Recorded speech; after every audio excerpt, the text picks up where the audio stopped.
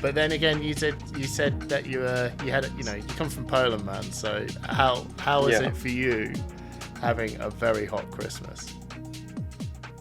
Um, it's it's still weird. It's because it's like all the decorations and everything is still that kind of Christmassy. You have the Christmas trees, you have the baubles, you have the lights and stuff, and it's like it's sunny till like 9 p.m. It's like you don't even have time to like shine the lights before you go to bed. So, Yeah, that's weird um, actually, because obviously here it's like dark by 4 p.m. and we're like, sweet. exactly. Like, yeah, that's what the lights are for, right? Yeah, Whereas here it's kind of like for me the weirdest is like when people are like wearing Santa hats on the beach and stuff. yeah, Or yeah, no, the most bizarre is people are like forcing the Christmas sweaters, the janky Christmas sweaters, and you're like, yeah. bro, it's 30 degrees. Like, come on. That's crazy, It's man. like, yes, it's a cool sweater, retro vibe, but like, it's too hot. Yeah, no, I'm with you. I'm with you. So you've got a good amount of time off. So if anyone didn't know, we've got Karol here. If you don't know Karol, Karol's a developer of LSS, one of the chillest dudes that I've had the pleasure of meeting last year at San Jose. Um, and he's Good times. kindly come on to just have a casual pre 20 or the end of 2023, just before 2024 Hmm. Christmas chinwag. But it's not all going to be about Yeah. Christmas. Maybe it's a great way to start the 2024 Flesh and Blood year, of a video.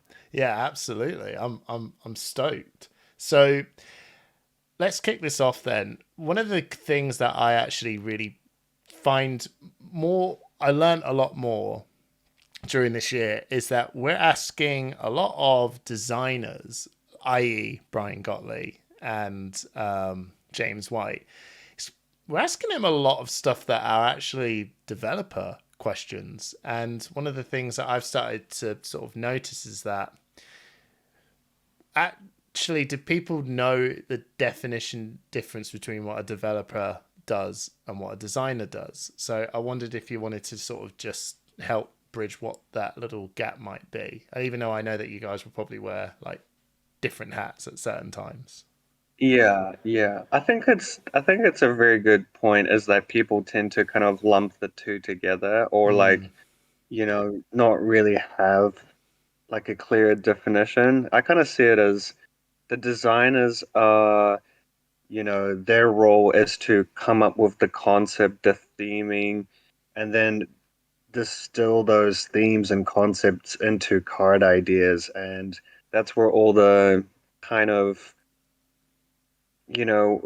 that's the stage where you get the set. You get the idea for a set, you create the cards, and then the question is, is this gonna work? It's kind of like, and that's what the developers answer, it's like the developers take that creation and test it and kind of mold it into something that can come out as a playable, cohesive, fun, enjoyable set, it's kind of like you're turning the kind of you basically as a developer you're taking that creation and kind of chipping away and molding it into something that is has that cohesion, balance, that level of fun that was expected. It's kind of turning the the theory into practice, you could say, yeah. like yeah, it's like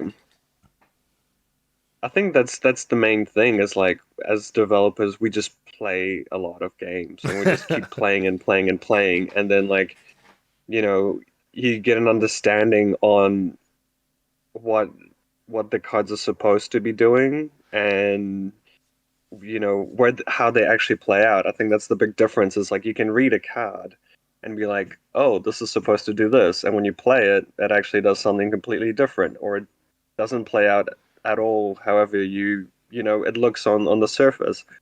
And I think it's like for players even, right, Ham? Like if you see a spoiler card and you're like, ooh, like this is like really powerful, or this is supposed to do this, or this looks average, and like, and then when you play with it, the experience kind of shifts. I would say like quite often, where like it's something that is completely different than what you expected. Yeah. So yeah, that's basically the role of developers, is we turn those cards, those themes, those concepts into, and make sure that it's reflected in the final product, So basically. I imagine you're just like, well, I don't know how many I don't know how many designers you got, but I guess in my head I already just know two, right? So I like, how many designers do you have? Is it, I mean, officially it's James and Brian. But as you said before, like we're still at a stage where we're still quite like fluid, when a lot of people wear different hats. So, if someone has on the development team has an idea for a card, and it fits, then a lot of the time it just kind of comes out, yeah, um which is pretty cool as well. And in the same vein, sometimes, James and Brian have like a development solution to, some of our problems. Um to something that arises, and we're just like, you know what, this works as well. So it's kind of, we like to stay fluid and lean in the process, and I think it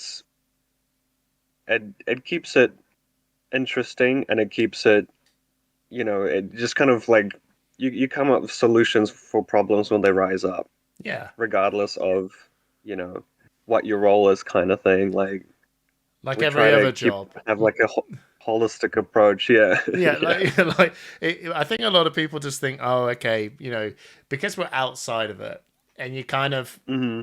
as humans, we just put things into boxes to compartmentalize what makes sense to us. So, oh, okay, so these guys must do Yeah. this, you guys must do that. So if something doesn't work, then we just know where to point. But in the real Yeah. world, like everything, like I'm a social worker, so it wouldn't be just like, Hmm. oh, I just specifically do this bit. We have like team Mm. meetings, and people come up with Hmm. ideas, and I've come up with solutions Yeah. that would be like, oh, that's not really something that you would do, but I'm like, well, it's a good idea to just, let's just all just talk and just work Yeah. around it, even though officially we got these like roles.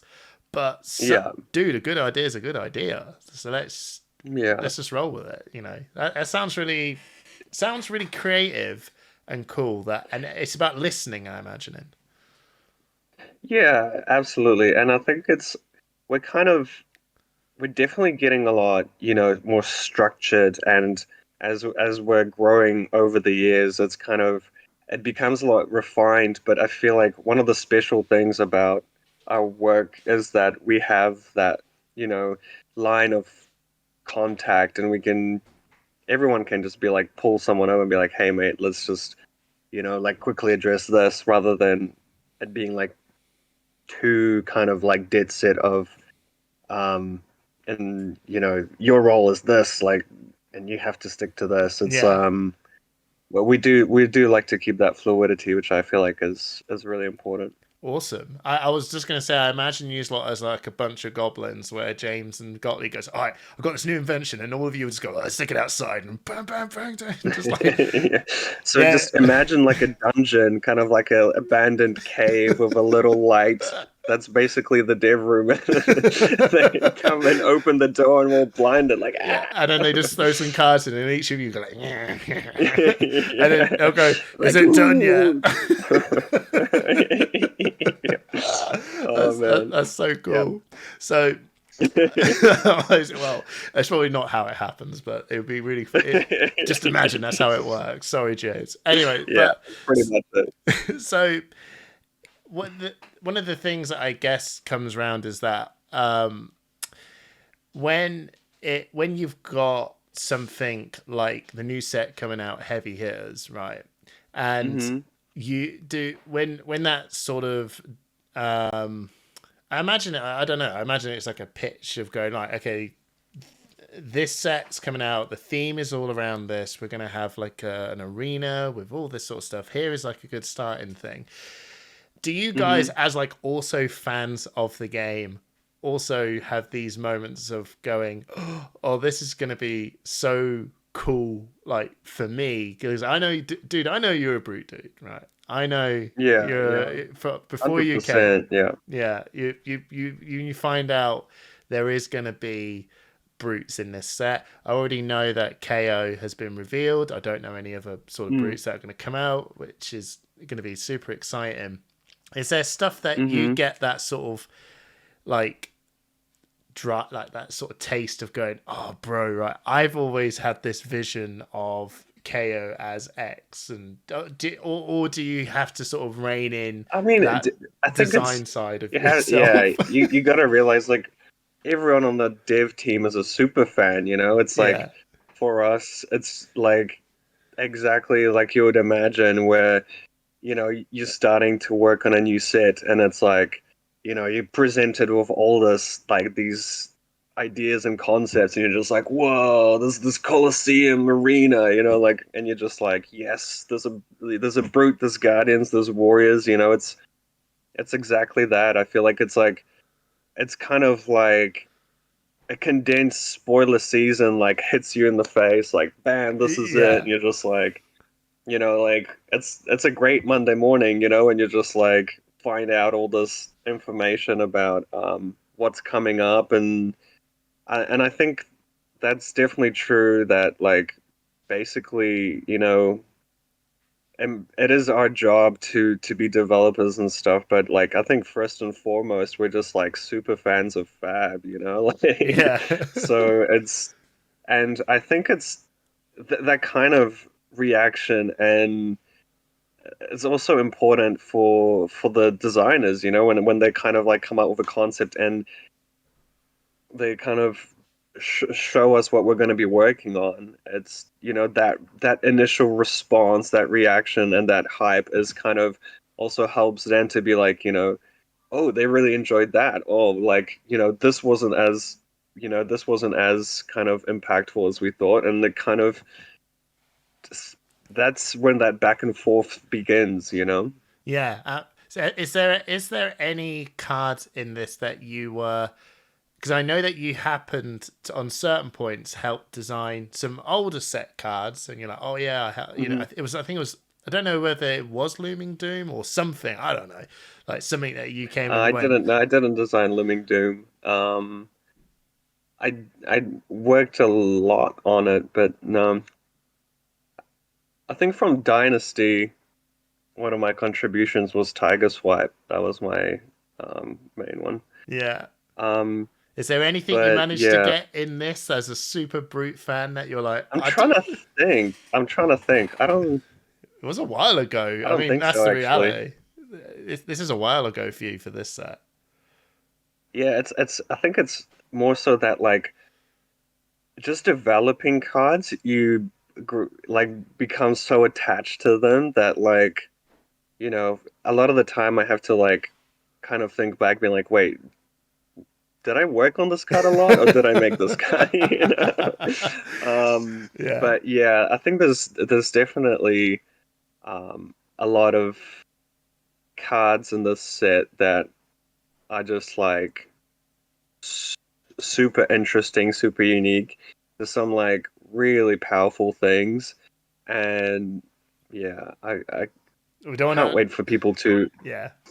I mean, it's like for the spoiler season, like you got to realize, like for me in particular, I just love watching people's reactions to spoiler seasons because people love to just kind of like tinker and brainstorm ideas, and you know sometimes like when you think something is like a really obvious use case, and you're just like, oh, you know they're gonna kind of like realize what to do with this straight away, and they're like, and then the players come up with something completely different, like some like weird rules, kind of Yeah. thing Something. that they really focus on. You're just like, okay, I didn't think about that, but that's really cool as well. Like, Yeah. um, so I think it's been interesting watching kind of like the response to all the heroes, and I'm super stoked that people are like buzzing about Kayo.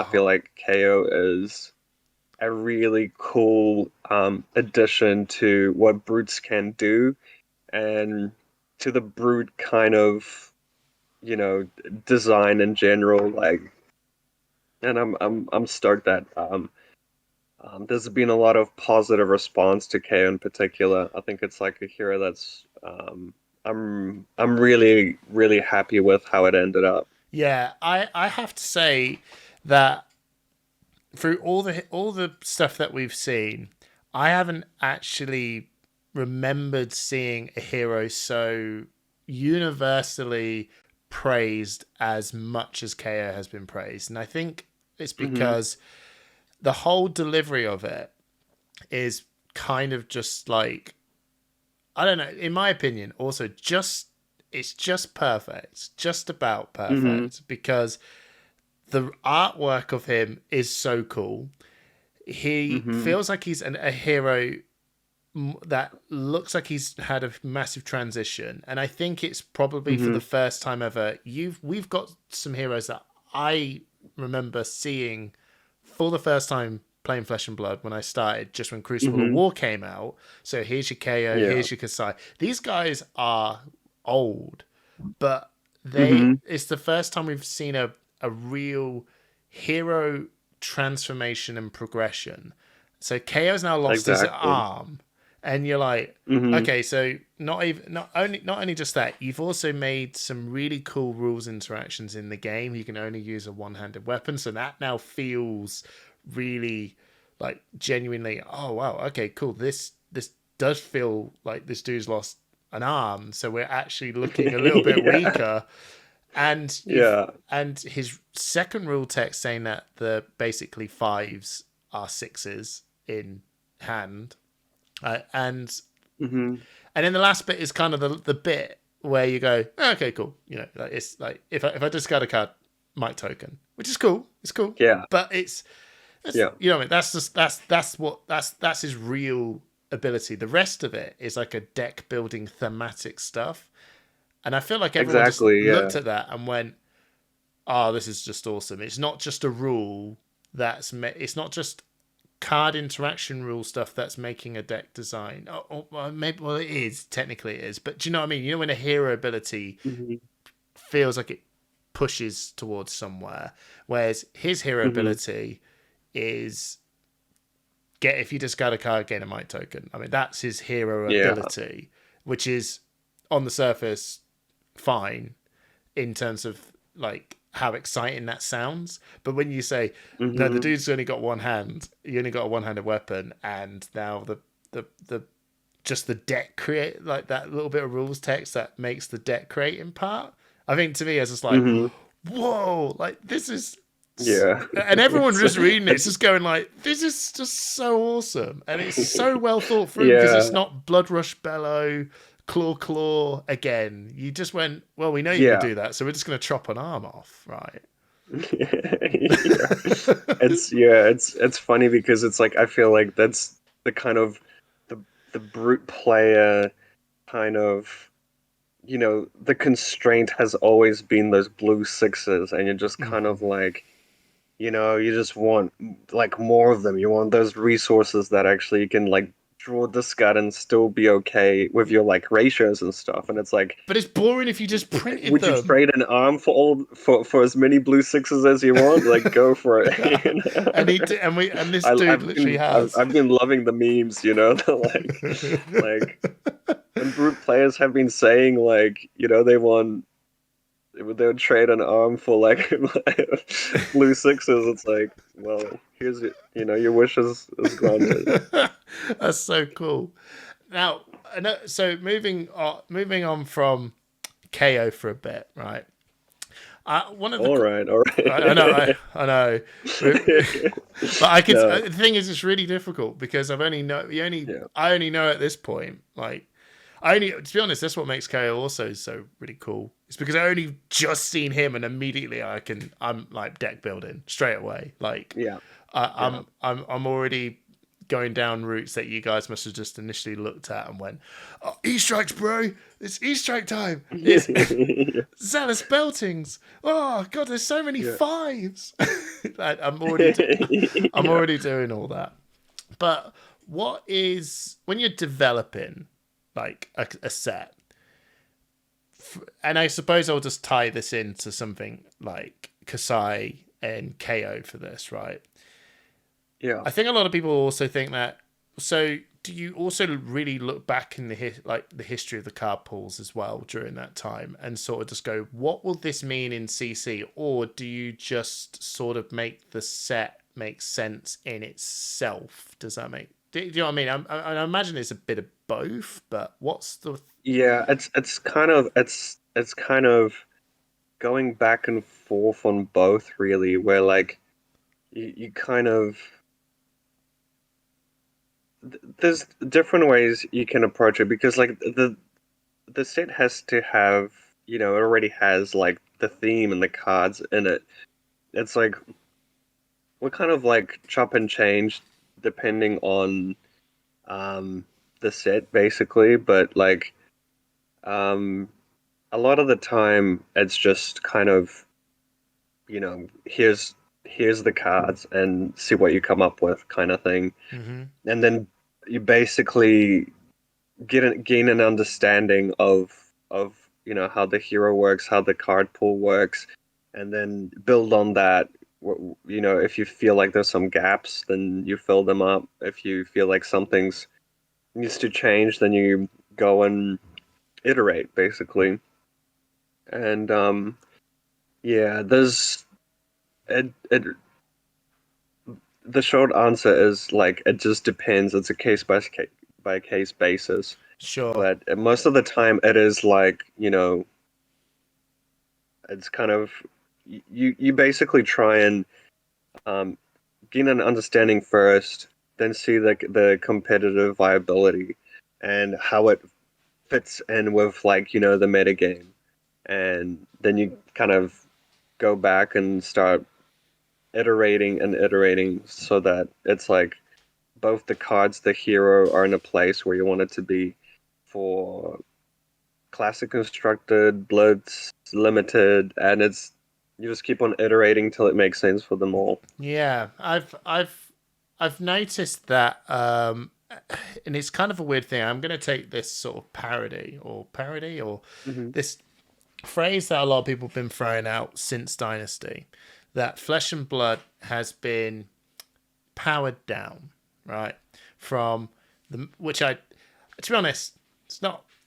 I somewhat sort of look at it and go, yeah, I think that feels fair because I've been, Monarch, Tales of Aria, Everfest. I mean, those three sets are like, ugh. And I know why. COVID, very hard to get. Team small, COVID makes things tricky. Even Uprising, though, felt like it was like the last little kick and go, right, yeah, Icelander and everything, pretty strong, right? But then ever since Mm. Dynasties came out, it's felt like everything's gone. It feels, and this is not. This is just like as a fan. So this is not like me saying this is how it is, but it feels like everything's been sort of toned down a bit, and it also feels that you guys have. There's more of you, and a lot of you are players as well. That when you're developing Hmm.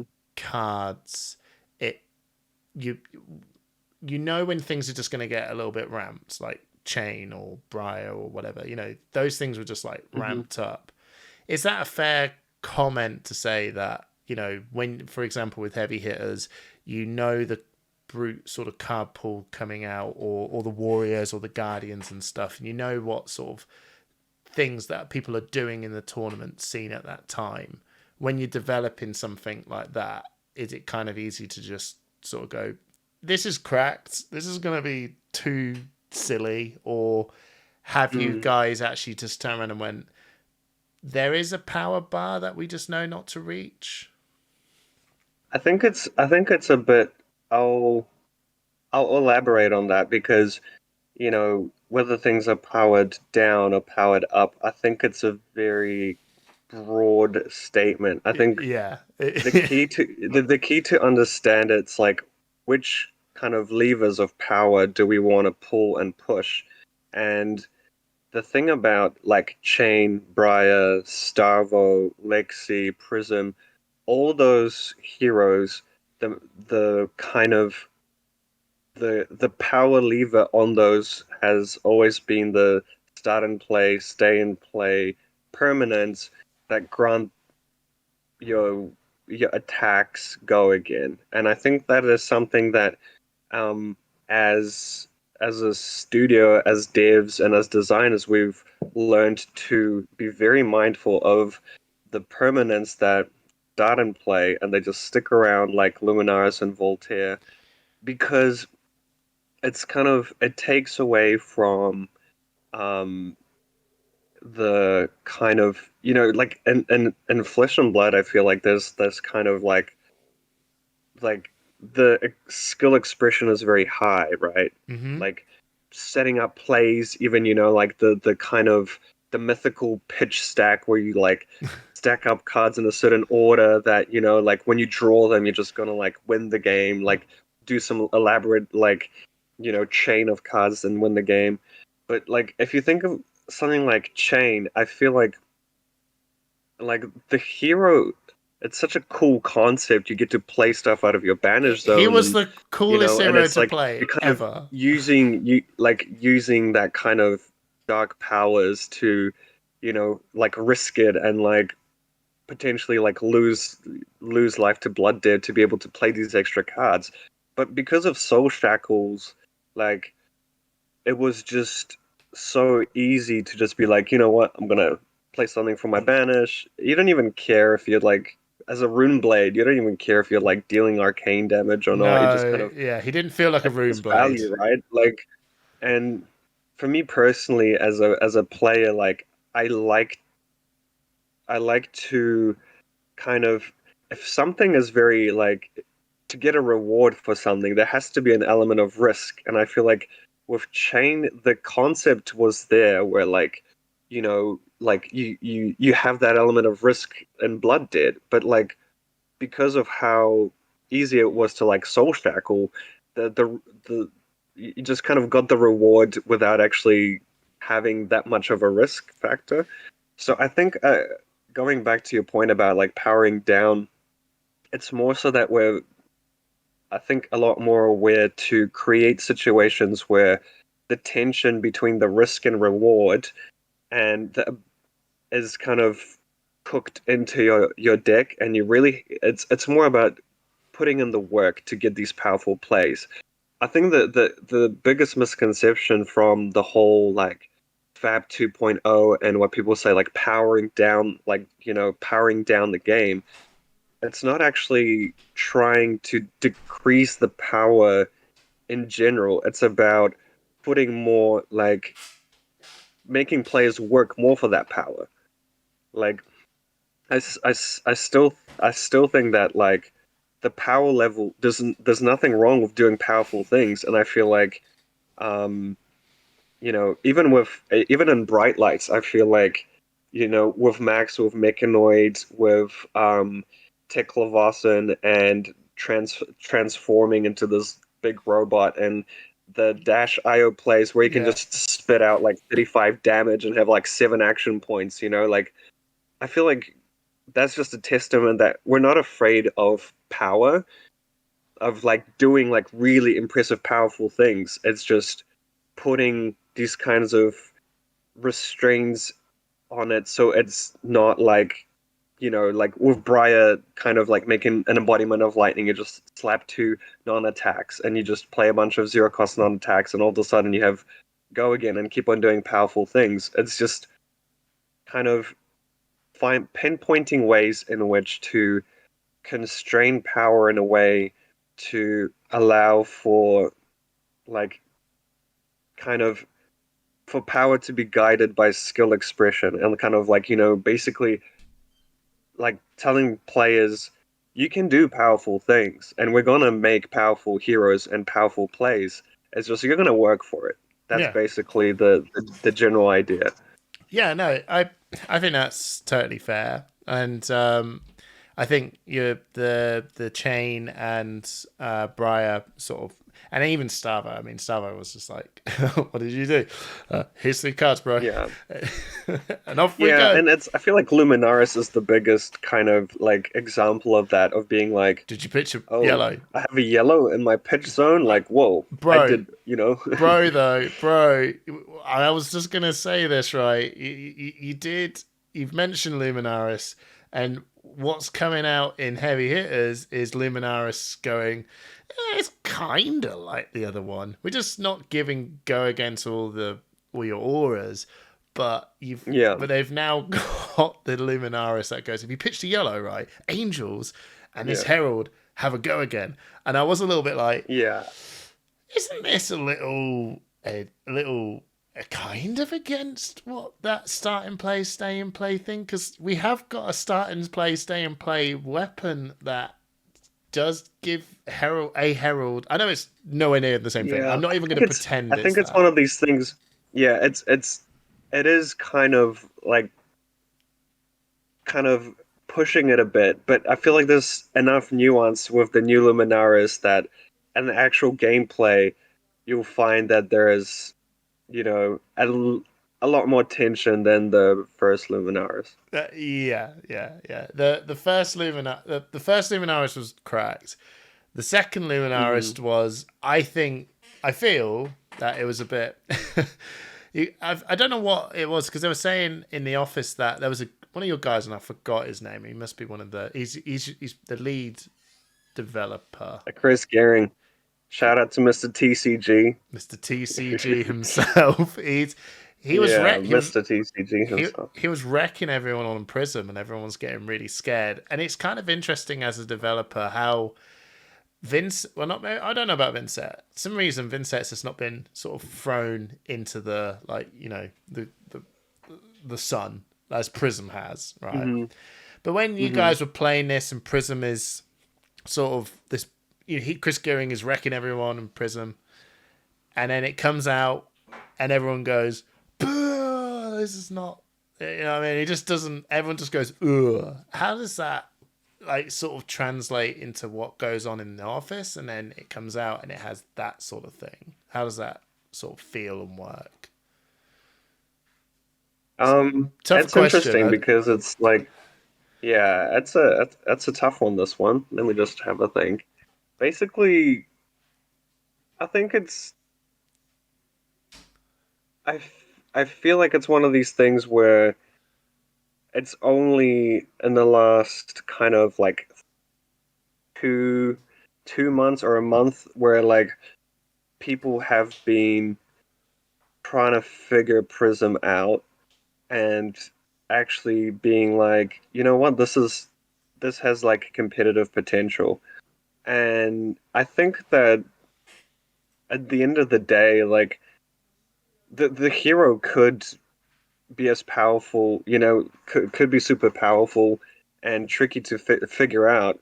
But even the players who have kind of figured it out, you still have that dreaded like Dromai matchup, which is just like really rough to just bring the hero to a tournament where like most of a lot of the room is going to be on a hero like Dromai. It kind of like pushes it out.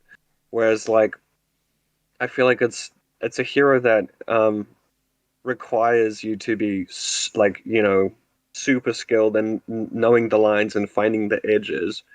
Um, but also the metagame just hasn't lined up for her in the last few months either. So Yeah, but I suppose really the thing, just unless you can or cannot answer, is like how does it feel as that developer that's just worked on this and done all that, and then kind of the response of that is like, oh, is it kind of does it make you guys sort of go, did we like have we got it right? Are it's they it's wrong or are we right? Or was it like a bit of yeah, both? I think it kind of bounces back and back and forth because you try and when you're developing a hero, you want it to be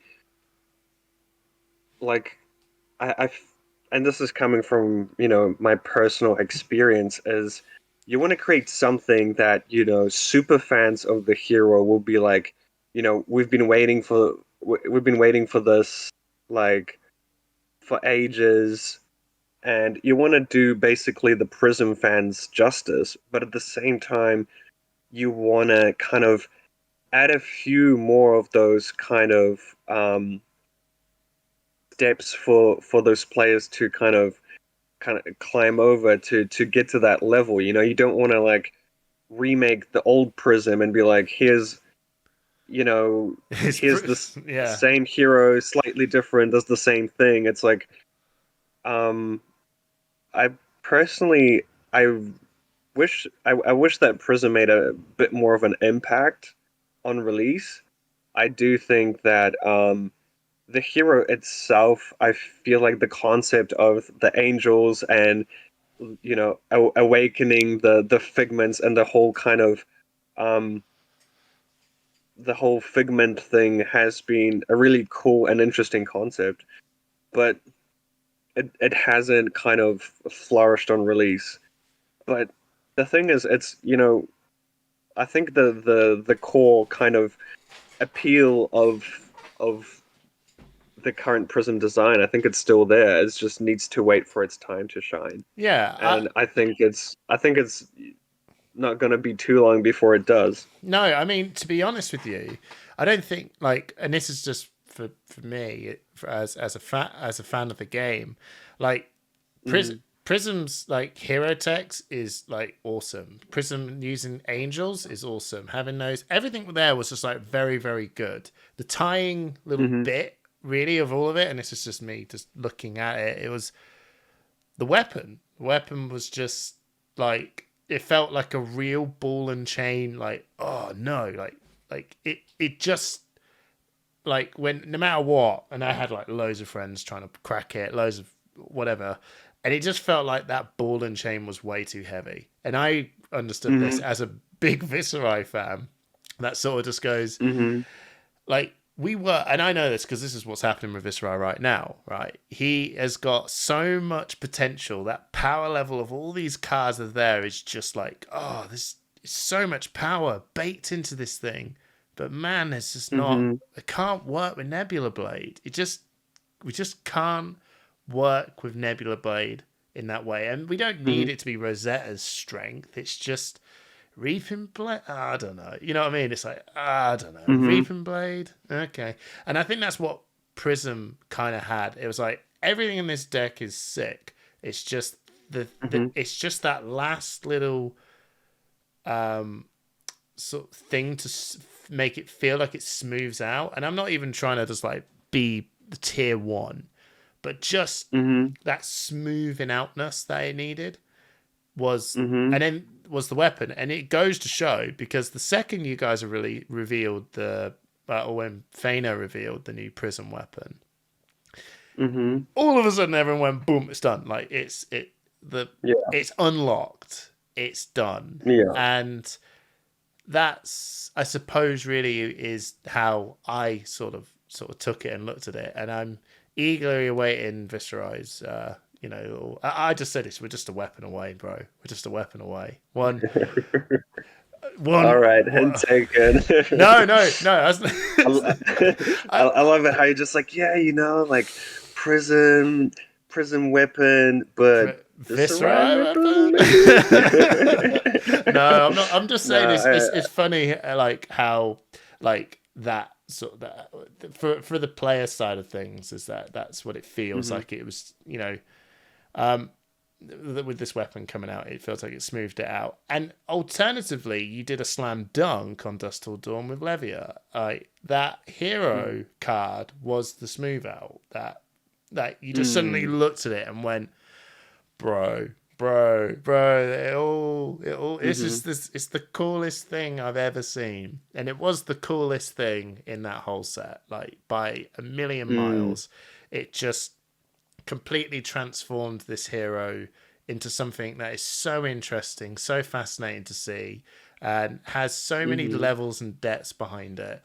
That was that something when you like, when at that time it came around as a developer, like how hard was, did you, I don't know if you even worked on Levia, Redeemed Levia, or Blasphemous Set consumed. I feel like we all did. Like I can tell you that that piece of cardboard took a long time, and it's one of those things that the trickiest thing about the like demi hero concept is that like every tiny detail, like this was like it's one of those cards that's really hard to balance because as soon as you make it just a little bit more underpowered, it's just like, why do I even bother? You know, like Yeah. it's kind of like the kind of the finding the sweet spot was extremely hard, partly because Levia is just such a high variance hero. Hmm. So it's like when you're testing, you don't know. It's hard to gauge the power because you're just like, you know, you play a couple of games and like is it because of the changes that we made, or is it because I high rolled? You know, and say so. It's kind of like it's every single like line of text on that hero took an extremely long time to get right, and it is a legendary that like I'm really proud of where it ended up. I think it's like the perfect spot of like also the fact that there's two options, you know, you can go down the redeemed Yeah. path or the blasphemous path, which means that even just that, like a lot of the time when you're creating that kind of forked effect is the most difficult thing is getting people to like during playing while you're playing the game to go one or the other. I feel like, you know, with something like Out of War is a good example where you know, you have four options, but the plus one, and the card draw is kind of picked like Yeah. 95% of the time. Like, so I think it's, as a developer, you basically want to create, finding that sweet spot where each option is just as appealing as the other. That's the tricky part. Yeah. No, that's And I think I'm really stoked with how that ended up. yeah. No, honestly, it was the slam dunk winner of the whole thing. Like, if I had to think of Dust Till Dawn, I'm like Hmm.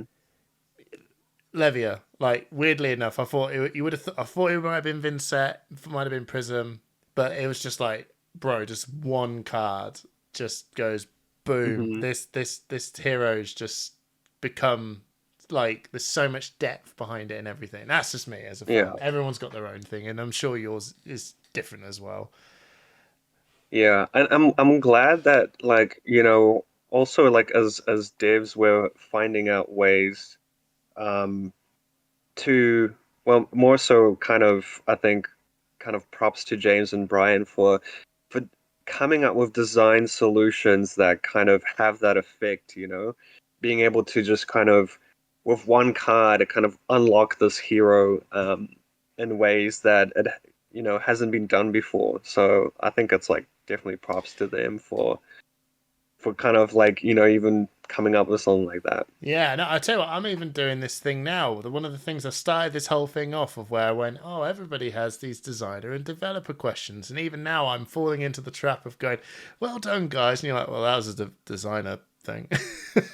Like, No. I that's a mean, it's designer question, I bro. think it is that's the thing though. It's like I feel it's hard because it's like with cards, it's a case by case basis, you know, like did the developer change this line or was it did it come from design? So it's like when you're looking at like cards, it's just so like, you know, Yeah. kind of interweaved that um it's hard to kind of pinpoint who did what in a way. Oh, no, that's fair. I'll say, what is the what do you think is the hardest thing of being the developer in LSS? Bit of a broad question, but what do you think is the hardest thing to get right? Is it just trying to get the whole set to work? Is it the like is it the hero thing? I don't know. It's a bit of a broad question, but what is the hardest thing for you as the developer? Or It challenging? is a tough, Probably challenge. very very challenging. I think The most challenging thing is um each I would say that because of like maybe the limited the difference between a draftable booster set and an Hmm. expansion set is with an expansion set when you're you're just kind of focusing on classic constructed and blitz and you're just kind of like you don't have to worry about the impact to limited, and I think the most challenging thing is with each card in a draftable booster set you can kind of have an idea, like get a sweet ass majestic and be like, you know what, this is amazing. This does everything you wanted to. Like it's great power level, but like finding power level for cards is already extremely hard because of you want to make things that kind of create the wow moments when you play them.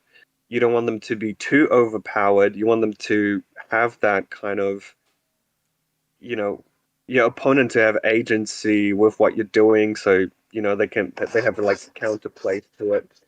But then just finding that spot is extremely hard. But then when you have to consider it for limited as well, and then blitz as well, and then CC as well, and like Oh, and each one of these formats, this card could be doing like something completely different power level wise. Um, I think it's that. It's also what else? I think it's that is probably like something that is extremely hard, especially now with Living Legend becoming coming in with full force, and then you kind of be like, wait, what does this card do in Living Legend? And it's kind of like yeah. finding that sweet spot for a card, power level wise, for constructed limited.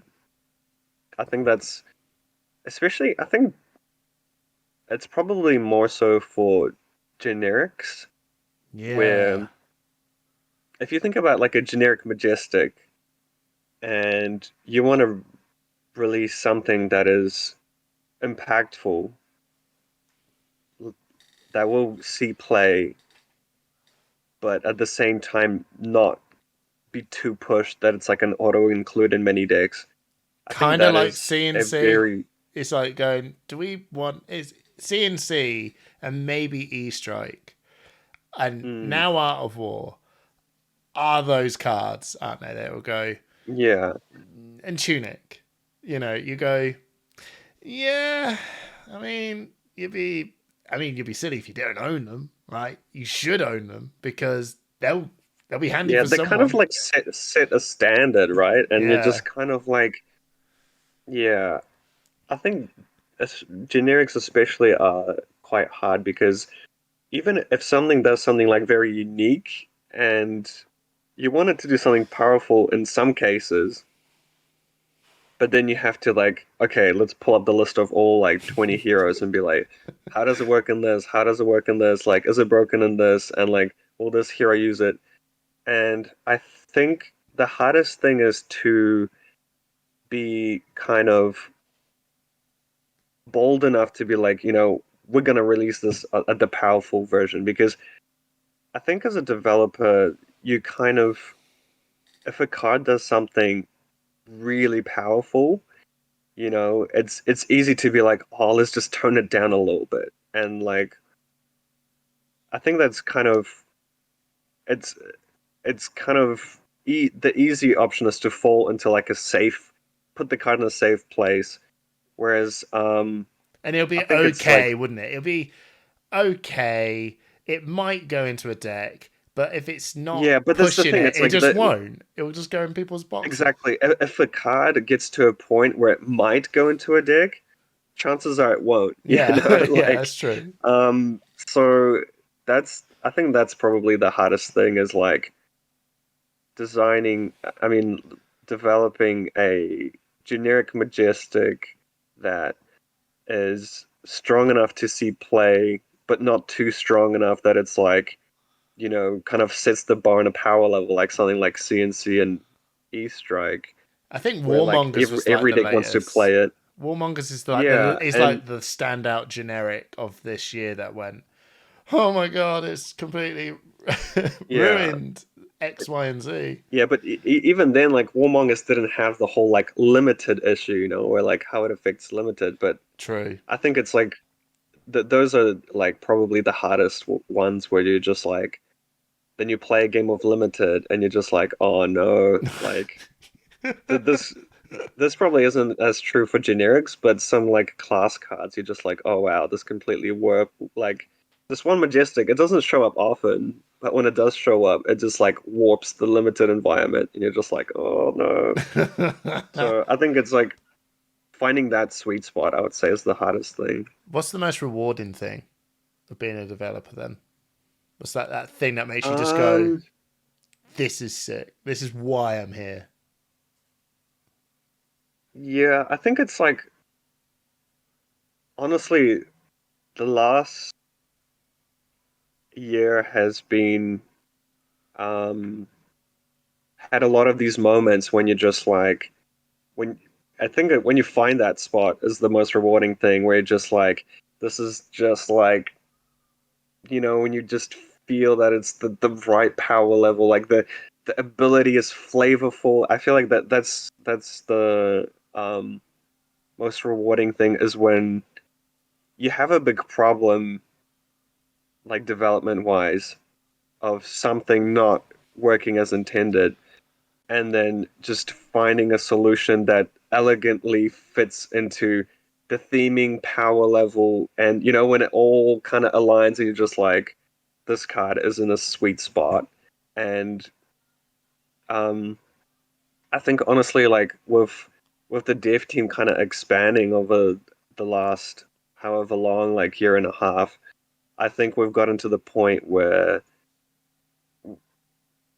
it's it's been it's been nice kind of finishing off a set and being like stoked about it, Yeah. like like kind of like it's easy to kind of like I said, kind of fall back on the kind of like safe things, but it's I think with finding that kind of sweet spot of like powerful things, but not too powerful, but exciting, but thematic. And I think 2024 will definitely showcase a lot of that. I think heavy hitters, I think, has that kind of like theming on point. Like even the cards, um, kind of like a lot of I love the cards like the No Fear that was spoiled recently. This Raisin Army is I feel like a huge flavor win. Yeah. Um, where it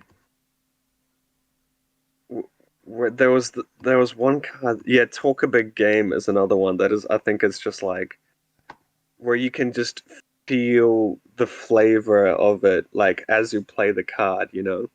Yeah. Um, I think we're getting like really good at that. Um, I think that, to be honest, the bright, like, since Outsiders, I think I've noticed as the guy sitting on the other side, hmm seeing, and I suppose it kind of helps, with that a couple of guys, some of you as players I got to know now work there. Don't worry, I don't know anything more, but I just know that your team's growing. I know that from that hmm transition from where it was as that guy that played from Monarch all the way through, that Outsiders, Dust Till Dawn, and even Bright Lights, you kind of look at it and go, this feels like you've got that your team down, your developers and designers are starting to, you're more bigger, more stronger, more confident, more all that sort of stuff. You can just sort of see the journey. It's weird. Oh, this is me. I feel I can see your journey growing as a stronger unit of developers through each set as it's been coming out, hmm and all of them have been really good. There's not a criticism on anything.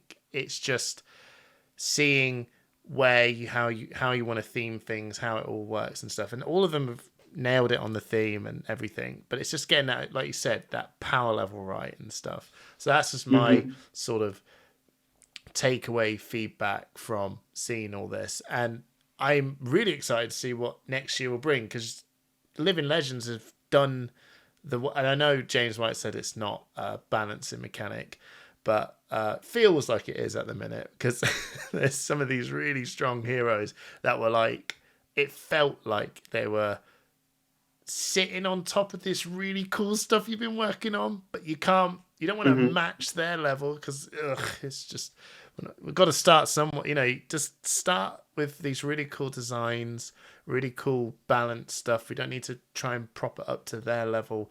Just the Living Legends just went, yes, off you go, you crazy kids, you're so strong.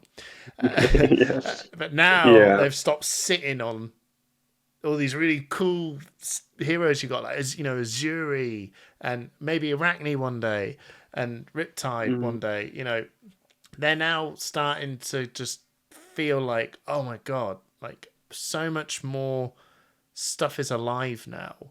And I think you Mm. guys have been very mindful of that this year. And I think next year I feel confident of what's to come in terms of Yeah. that sort of. It's funny when you mentioned like Riptide and Arachne. I feel like there's still a lot of heroes that are kind of like seen as a meme, like I love watching like players, like competitive players tier lists, and where they put things, and it's like, and I think over time, like, we're slowly giving kind of like a lot of the heroes, especially the ones that aren't seeing like too much competitive play, just a little bit of a tool, a little bit of a, card here and there.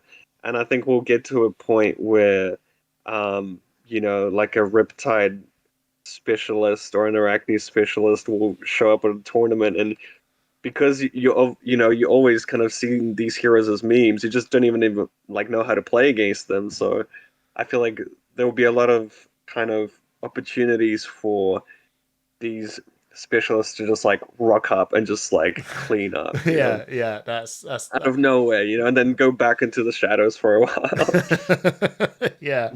I'm so yeah, no, I'll leave it there. I'm Yeah. I'm excited for 2024. Thank you so much for just giving me a bit of your time talking about, the life, a little bit of a life of the developer world. Is there anything you want to sort of sign off on, um, shout outs or whatever before we rock off?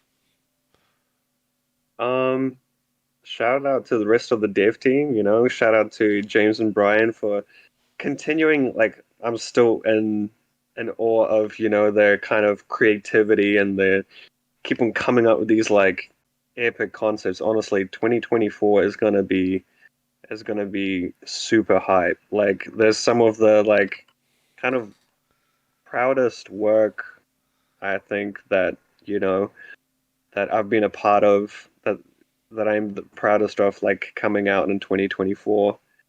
Um, what else? I just want to mention that, you mentioned Living Legend format a little bit. I strongly encourage anyone to try it out. Like, honestly, it it's fun to do like extremely powerful things, and It I think is. Living Legend is definitely that.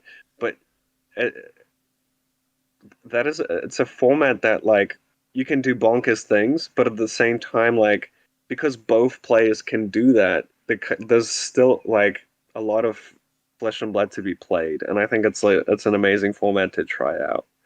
And yeah, I think that's and oh yeah, and I mean, heavy hitters. Um, Definitely try out Kayo and Kasai. I feel like those are the two heroes that I personally enjoyed a lot.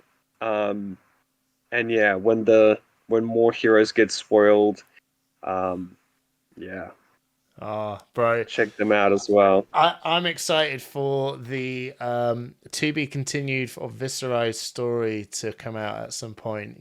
Maybe at the end of summer. Oh, Yeah, oh Viscerai's. yeah, Yeah. I mean, I'm looking forward to that.